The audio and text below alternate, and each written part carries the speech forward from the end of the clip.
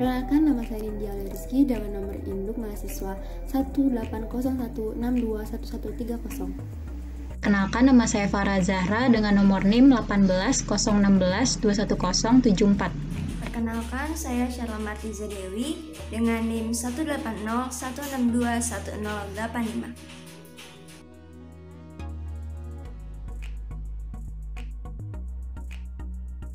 1. Pengertian pengetahuan. Menurut Kamus Besar Bahasa Indonesia KBBI Daring, ilmu adalah pengetahuan tentang suatu bidang yang disusun secara bersistem menurut metode tertentu yang dapat digunakan untuk menerangkan gejala tertentu di bidang pengetahuan yang sistematis dan bersifat empiris. Adapun ilmu menurut beberapa ahli adalah sebagai berikut. Pertama, menurut Cendewan, ilmu merupakan pengetahuan yang tersusun secara sistematis, logis, teratur, memiliki dasar pembenaran dan bersifat intersubjektif. Kedua, menurut Murharjo, ditinjau dari segi morfologis, ilmu merupakan pengetahuan sistematis yang dihasilkan dari kegiatan kritis yang tertuju pada penemuan. Ketiga, menurut Delianggi, ilmu atau sains merupakan suatu perkataan yang bermakna ganda yang mengandung lebih dari satu arti. Keempat, menurut Murharjo menjelaskan bahwa ilmu berisi sejumlah konsep, hukum, dan prinsip serta teori yang membentuk keseluruhan konsep menjadi isi sebuah ilmu ditata secara sistematis menjadi satu kesatuan.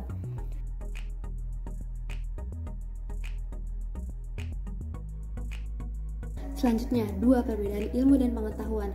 Pengetahuan adalah pengalaman tentang hal-hal yang berlaku umum, tetap, dan pasti yang dipergunakan untuk keperluan sehari-hari. Pengetahuan bersifat faktual dan tidak tersusun secara sistematis. Biasanya, orang yang mengetahui sesuatu disebut memiliki pengetahuan. Pengetahuan dapat diperoleh melalui suatu pengalaman. Melalui indera manusia, kita dapat mengenal siang dan malam, musim hujan, musim kemarau, mengetahui rasa sakit, rasa nikmat. Semua itu dapat disebut pengetahuan yang kita ketahui. Sedangkan ilmu adalah sebuah kumpulan dari pengetahuan yang telah teruji kebenarannya dan disusun secara sistematis berdasarkan dengan metode ilmiah. Ilmu memberikan kepastian dari objek yang telah dikaji dan bisa diyakini kebenarannya. Dengan demikian, pengetahuan yang secara sadar menuntut kebenaran dan mempunyai metodologi serta bersistem disebut ilmu. Jadi perbedaannya adalah pengetahuan adalah informasi akan kejadian yang terjadi sehari-hari dan belum teruji kebenarannya. Sedangkan ilmu adalah kumpulan dari pengetahuan yang telah teruji kebenarannya.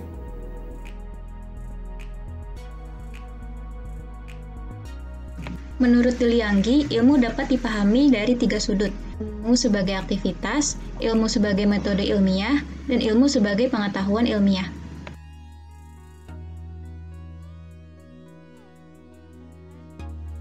Ilmu sebagai aktivitas dapat dimaksud sebagai kegiatan untuk mempelajari sesuatu dengan usaha aktif untuk memperoleh pengetahuan, seperti penelaahan atau studi, penyelidikan atau inquiry, usaha menemukan atau attempt to find, dan pencarian atau search. Aktivitas yang dilakukan bersifat rasional, kognitif, dan teologis.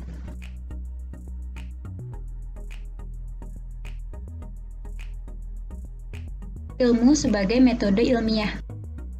Penelitian yang merupakan ilmu mengandung prosedur, yaitu serangkaian cara dan langkah untuk mewujudkan pola tetap. Menurut istilah keilmuan, rangkaian cara dan langkah yang dilakukan dalam proses penelitian disebut metode ilmiah. Dengan demikian, metode ilmiah merupakan ciri dari suatu ilmu. Ilmiah artinya memiliki sifat atau bercirikan keilmuan. Metode ilmiah mencakup 1. Analisis masalah untuk menetapkan apa yang dicari. 2. Pengumpulan fakta yang bersangkutan. 3. Penggolongan dan pengaturan data untuk menemukan urutan, hubungan, dan kesamaan. 4. Perumusan kesimpulan. 5. Pengujian dan pemeriksaan kebenaran kesimpulan.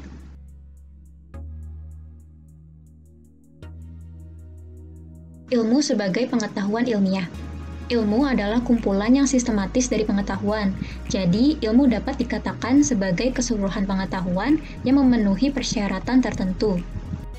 Pengertian ilmu sebagai aktivitas, metode, dan pengetahuan ilmiah tidak saling bertentangan dan harus merupakan kesatuan yang logis atau harus ada secara berurutan.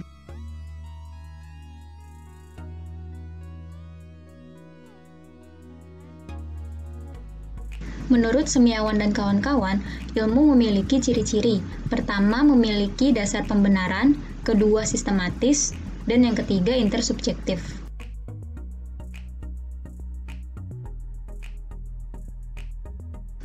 Memiliki dasar pembenaran diperlukan untuk memperoleh derajat kepastian, bersifat a priori, dapat dibuktikan secara empiris, dan selalu diikuti verifikasi kebenaran. Kedua, sistematis. Berpikir secara sistematis adalah berpikir secara logis, teratur, step by step, dan sistemik. Sistemik adalah berpikir secara holistik, yaitu setiap komponen memiliki hubungan. Ketiga, intersubjektif, yaitu tidak memiliki sifat-sifat pribadi dalam menyimpulkan, mengubah bentuk, dan sebagainya. Harus ada keseimbangan antara rasio, emosi, dan intuisi.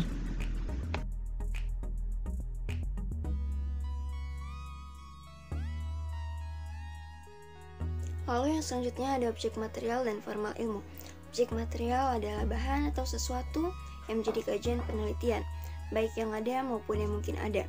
Menurut Agung Suharyanto MSI, objek material adalah bahasan atau materi yang menjadi objek penyelidikan. Lalu selanjutnya ada objek formal, yaitu adalah mencari keterangan yang sedalam-dalamnya. Objek formal jugalah yang membedakan antara satu ilmu dengan ilmu yang lainnya.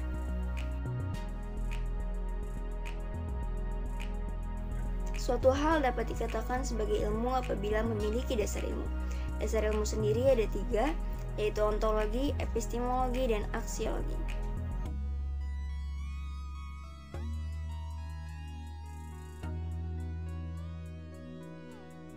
Berikut ini adalah penjelasan dari dasar ilmu. Yang pertama ada ontologi, yang membahas mengenai pertanyaan apa atau mencari tahu definisinya. Ontologi menurut filsafat adalah segala sesuatu yang ada dapat dipahami baik secara konkret, faktual, maupun secara epistemologi maupun metafisik. Berkaitan dengan yang ada, baik yang terlihat secara fisik maupun yang secara konseptual. Terlihat secara fisik di sini contohnya adalah seperti kita manusia maupun seperti alam. Konseptual itu seperti Tuhan. Lalu selanjutnya ada epistemologi, membahas mengenai bagaimana cara atau metodenya. Sedangkan pada filsafat, epistemologi ini mempertanyakan mengenai pengetahuan. Epistemologi ini berasal dari keingintahuan manusia yang kemudian akan mencari tahu pengetahuan-pengetahuan tersebut. Yang terakhir ada aksiologi, berkaitan dengan permasalahan manfaat dari ilmu tersebut.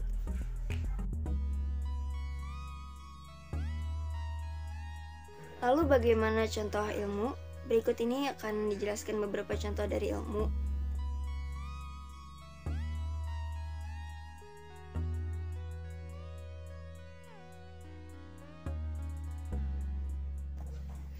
Contoh ilmu yang pertama itu ada pendidikan psikologi.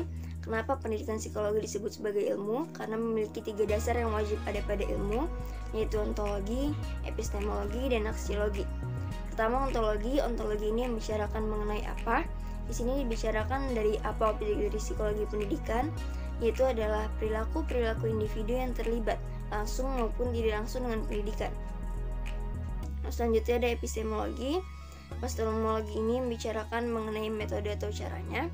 Teori-teori, konsep-konsep, prinsip, dan dalil-dalil psikologi pendidikan dihasilkan berdasarkan upaya sistematis, baik secara pendekatan kualitatif maupun pendekatan kuantitatif. Lalu ada aksiologi. Aksiologi ini membicarakan mengenai manfaat. Manfaat dari psikologi pendidikan ini berkenaan dengan pencapaian efisiensi dan efektivitas proses pendidikan, yaitu menemukan berbagai fakta, generalisasi, dan teori-teori psikologi berkaitan dengan pendidikan yang diperoleh melalui metode ilmiah tertentu.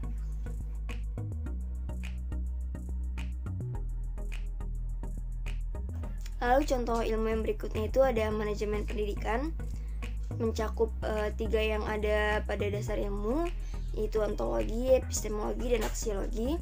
Ontologi ini adalah membicarakan mengenai apa objek material dan formal yang ada pada manajemen pendidikan.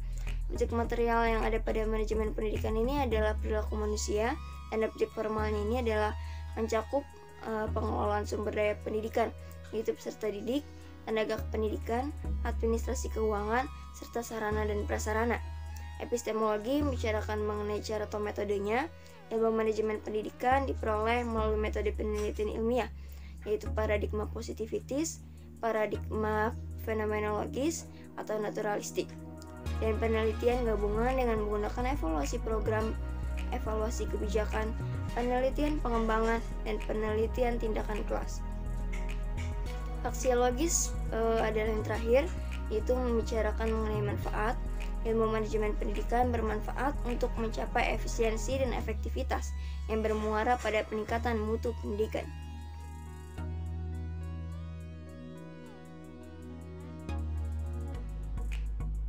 Kesimpulan dari bab 2 mengenai ilmu filsafat ini adalah ilmu merupakan pengetahuan yang tersusun secara sistematis, logis, teratur, memiliki dasar pembenaran dan bersifat intersubjektif. Lalu ilmu dapat dipahami dari 3 sudut, yaitu ilmu sebagai aktivitas, ilmu sebagai metode, dan ilmu sebagai pengetahuan. Lalu yang terakhir, setiap ilmu memiliki objek material dan objek formalnya. Ilmu juga memiliki dasar-dasar ilmu, yaitu ontologi, epistemologi, dan aksiologi.